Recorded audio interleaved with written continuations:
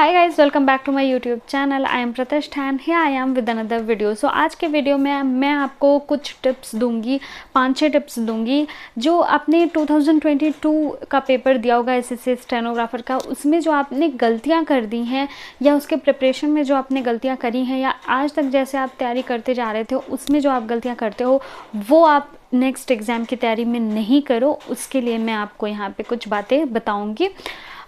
तो I hope कि आपको ये हेल्पफुल हो। तो आइए, मैंने कुछ 5-6 टिप्स आपके लिए निकाले हैं, क्योंकि बहुत सारे लोग जिन्होंने पेपर दिया उन लोगों ने अपने एक्सपीरियंस से भी बताया है और बहुत लोगों की प्रॉब्लम सुनी गई है। उसके बाद पता लगा कि आप लोग मेनली क्या गलती करते हो कोई एग्ज़ाम की प्रिपरेशन करते समय। फर्स्ट थिंग जो है, हमेशा अब आप जो रीजनिंग पहले जैसे आती थी, बहुत ही नॉर्मल आती थी, रीजनिंग पे लोग ध्यान नहीं देते थे, बाकी 2 सब्जेक्ट्स की तैयारी करते थे, सिर्फ इंग्लिश और जीएस की, वो अब आप नहीं कर सकते हैं। रीजनिंग ने बहुत ही लोगों को रुलाया है, तो आपके साथ वो गलती आगे ना हो, आपको रीजनिंग की वजह से रोना ना पड़े, इसलिए आपको रीजनिंग भी बहुत ध्यान से करना है।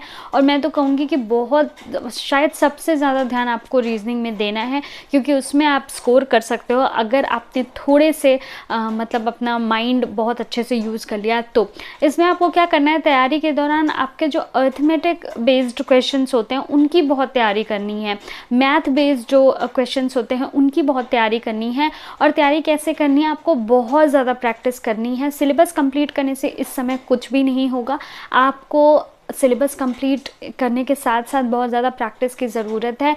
दूसरी चीज़ इसमें रीजनिंग में ये ध्यान रखनी है आपको कि आपको स्पीड इंक्रीज़ करनी है।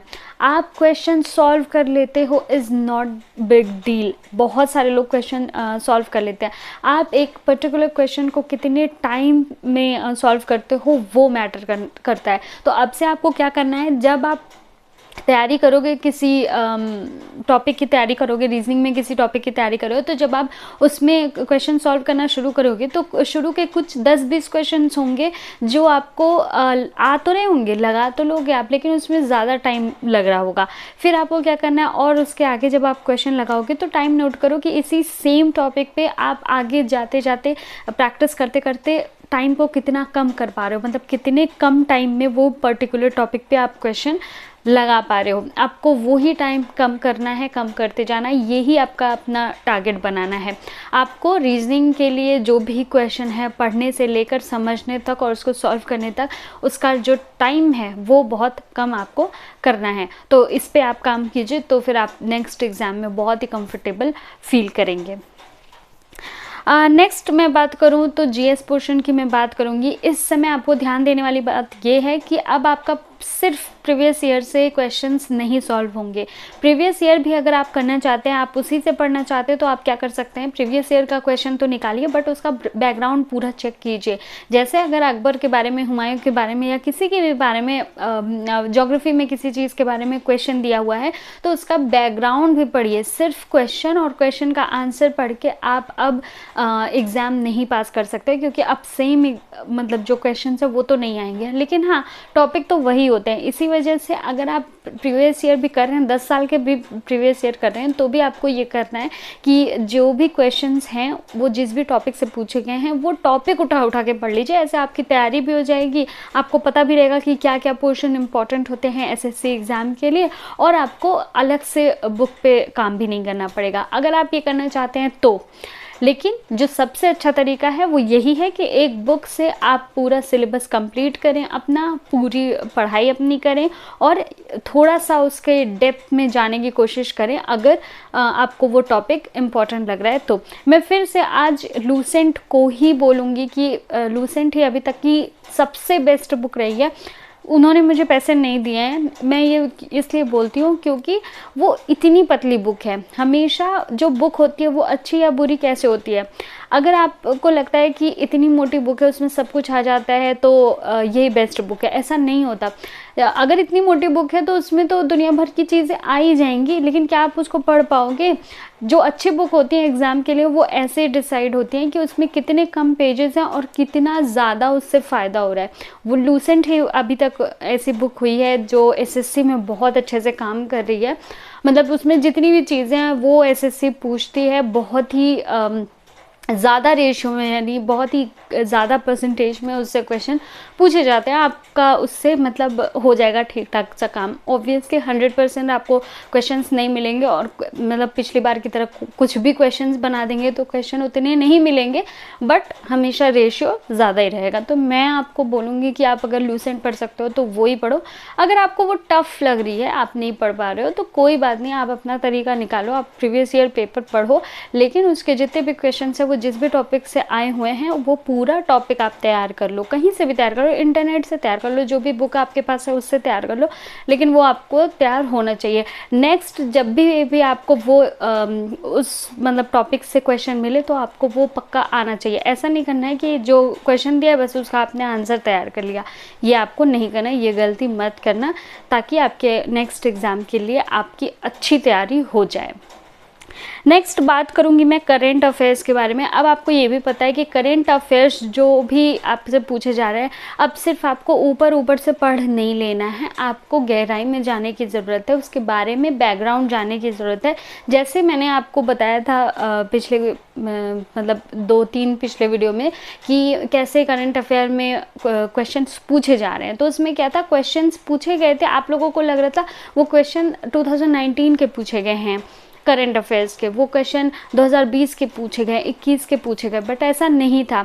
एक्चुअल में क्या बात थी कि उस पर्टिकुलर चीज़ के बारे में चर्चा तो इसी साल में हुई थी, लेकिन उसका बैकग्राउंड पूछ लिया गया था। तो हमेशा आपको यही करना है, किसी भी स्कीम के बारे में, किसी भी चीज़ के बारे में अगर आजकल न्यूज़ बन रही है तो उसका थोड़ा सा आपको बैकग्राउंड भी चेक करना है, आपको पता होना चाहिए, तभी आप मतलब करंट अफेयर्स में अच्छा कर पाएंगे।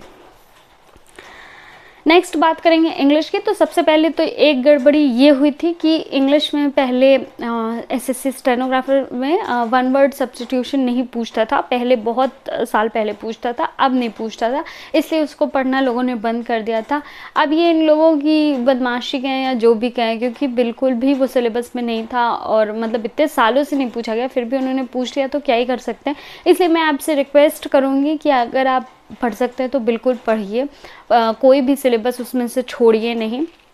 आप वन वर्ड भी पढ़ लीजिए तो आपके लिए एक एक्स्ट्रा पॉइंट हो जाएगा। लोग नहीं पढ़ के जाएंगे, बट आप मतलब आप पढ़ के जाओगे तो आपके लिए अच्छा रहेगा। ऐसे ही रीजनिंग में भी जैसे क्लॉक वगैरह और जो कैलेंडर होता है वो उतना नहीं आता था, लेकिन अब आ रहा है, क्वेश्चंस पूछे जा रहे हैं, तो आप सारा सिलेबस करके जाओ, जो जनरल एक सिलेबस है वो करके जाओ, ताकि आपको परेशानी ना हो, अचानक से आपके सामने कुछ ना आ जाए। सेकेंड थिंग ये है कि इसमें भी आपको स्पीड की तो ज़रूरत है ही। दूसरी ये बात है, इसमें इम्पॉर्टेंट क्या है, इंग्लिश का जो सिलेबस है ना वो तो मतलब बिल्कुल सेट है। इंग्लिश का सिलेबस बढ़ता या घटता नहीं है। एग्जामिनर क्या करता है, या जो क्वेश्चन पेपर सेट करता है वो क्या करता है, उसी सिलेबस में से आपको ऐसे घुमा कर देता है कि आप उसके जाल में फंस जाते हो। तो आपको क्या करना है, सिलेबस कंप्लीट इस तरीके से करना है कि कैसे भी आपको कोई फंसाना चाहे तो आप उसके जाल में नहीं फंसो। एग्जामिनर का या जो पेपर सेट करता है उसके जाल में आपको नहीं फंसना है, आपको वही सिलेबस तैयार करना है, लेकिन ऐसा तैयार करना है कि इधर उधर घुमा के जैसे भी कोई क्वेश्चन पूछना चाहे वो आपसे पूछ ले और आप उसमें फंसो नहीं। ठीक है, आपको ये बात हमेशा ध्यान रखना कि इंग्लिश का सिलेबस तो सेम रहता है, आप हमेशा फंसते क्यों हो, क्योंकि उसका थोड़ा सा पैटर्न चेंज हो जाता है। जैसे क्वेश्चंस पूछे जाते हैं, जैसे आपको आदत है क्वेश्चंस करने की, उनका पैटर्न थोड़ा सा चेंज हो जाता है। अब देखो, आप एग्जामिनर को या फिर जो पेपर सेट कर रहे हैं उनको कितना भी गाली दे लो, गर्ज तो आपकी ही है, पेपर तो आपने ही देना है, नौकरी तो आपको ही चाहिए, है ना। तो आप गाली देकर भी क्या करोगे, आपकी गाली देने से तो कुछ होगा नहीं, है ना। आपको शाप देने से तो कुछ होगा नहीं कि आपकी नौकरी लग जाएगी, ऐसा तो नहीं होगा। पता चला कि आप उनको मतलब बुरा भला कहते जा रहे हो, इधर दूसरे बच्चे तैयार करके और आगे निकल जा रहे हैं, आपकी सिर्फ एज ही आगे निकल रही है। तो ठीक है, गुस्सा एक जगह है कि हाँ भाई पैटर्न चेंज कर दिया और ये कर दिया वो कर दिया, बकवास सा पेपर दे दिया, वो सारी बातें ठीक है, लेकिन इस एग्ज़ाम में भी बहुत सारे बच्चे सेलेक्ट हो ही जाएंगे ना। इसलिए आप सिर्फ वो कोशिश करो कि कैसे भी आपको कोई घुमाना चाहे, आपको नहीं घूमना है। आपकी ऐसी तैयारी रहे कि बिल्कुल बेकार भी पेपर आ जाए ना तो भी आप ऐसी तैयारी करके जाओ कि आपका सिलेक्शन पक्का रहे, उसके बाद सिलेक्शन के बाद गाली दो। ठीक है, तो ये आपको करना है। इंग्लिश में ये ज़रूरी है कि आपको रीजनिंग के टाइप का प्रैक्टिस करनी है। अभी तक आप लोग इंग्लिश को इतनी प्रैक्टिस नहीं करते थे, टॉपिक वाइज पढ़ते थे, उसके बाद फिर आप या तो मॉक टेस्ट लगाने शुरू कर देते थे या चीज़ें करते थे। अब आपको क्या करना है कि एक एक टॉपिक, जैसे आपने नाउन पढ़ा तो अब नाउन के आपको कम से कम 100 क्वेश्चंस तो लगाने ही हैं। ये आप अपना टारगेट लेके चलो, 100 क्या 150 क्वेश्चंस लगाओ, अलग अलग तरीके के क्वेश्चन लगाओ।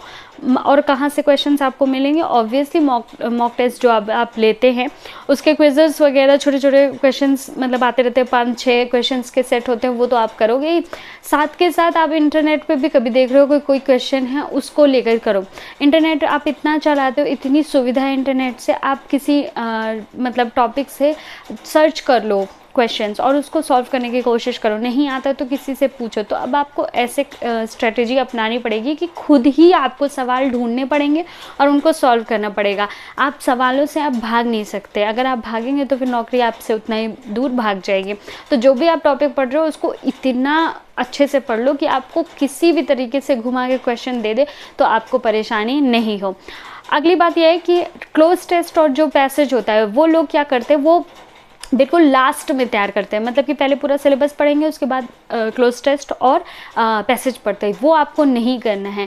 आप जब से तैयारी स्टार्ट करें, आप पूरा सिलेबस ग्रामर का पढ़ो, ठीक है, कोई बात नहीं, बट साथ के साथ दिन में रोज़ एक एटलीस्ट क्लोज टेस्ट लगाओ और एक पैसेज लगाओ, रोज़ लगाओ। सोचो आज से आप लगाना शुरू करते हो, 5 महीने बाद भी आपका एग्ज़ाम है, तो सोचो रोज़ लगाने से आपको कितने क्लोज टेस्ट और कितने पैसेज आपको मिल जाएंगे। अब आप पूछोगे कि क्वेश्चंस कहाँ से मिलेंगे, तो भाई क्वेश्चन तो पड़े ही हुए हैं ना, इंटरनेट पे आप डाल दोगे तो इतने सारे क्वेश्चन मिल जाएंगे आपको। और दूसरी आपको ये भी बात याद रखनी है कि एसएससी के जितने भी पेपर होते हैं, आपको भले ही स्टेनोग्राफर का एग्ज़ाम देना हो, बट आप सीजीएल का, सीपीओ का, सीएचएसएल का, एमटीएस का, सारे एग्ज़ाम्स के रीजनिंग, जीएस और इंग्लिश सॉल्व करोगे। अलग अलग सॉल्व करो, एक बार पेपर उठा लो, चलो एक दिन का किसी शिफ्ट का आपने रीजनिंग कर डाला, ठीक है, देख लिया कैसे कैसे क्वेश्चन है, आप कर पा रहे हो या नहीं कर पा रहे हो। दूसरी बार आपने इंग्लिश देख लिया, ठीक है। तो इस तरह से आपको क्वेश्चंस खुद ही ढूंढने हैं और खुद ही उनको सॉल्व करना है, ताकि आपको दूसरे एग्ज़ाम्स में दिक्कत नहीं हो, ठीक है। तो ये ज़रूर आपको करना है। नेक्स्ट जो फाइनल मैं आपको बताऊंगी वो बहुत बहुत ज़्यादा ज़रूरी है। मैंने कई बार आप लोगों को बताया है, लेकिन आप लोग बस उसी चीज़ को इग्नोर करके बाकी सब करते हो। आप बहुत तैयारी करते हो, ये पढ़ते हो, वो पढ़ते हो, ऐसे करते हो, वैसे करते हो, बट क्या एक चीज़ नहीं करते? 200 क्वेश्चंस करने की प्रैक्टिस ही नहीं करते आप लोग। मतलब एग्ज़ाम में बंदा जा रहा है, दिन भर बहुत पढ़ता है, बहुत उसने तैयारी कर रखी है, उसे सब आता है लगभग, और उसका एग्ज़ाम बहुत अच्छा हो जाता है, लेकिन उसकी क्या प्रॉब्लम हो गई कि वो वहाँ पे एग्ज़ाम सेंटर में बैठ के 200 क्वेश्चन ही नहीं अटेम्प्ट कर पाया। तो क्या ही नंबर लेकर आ जाएगा वो? भले उसने सारे क्वेश्चंस जो भी किए हो सही किए हो, बट अगर 200 क्वेश्चन ही तक नहीं पहुँचा तो कितने ही नंबर ले आएगा, आप सोचो।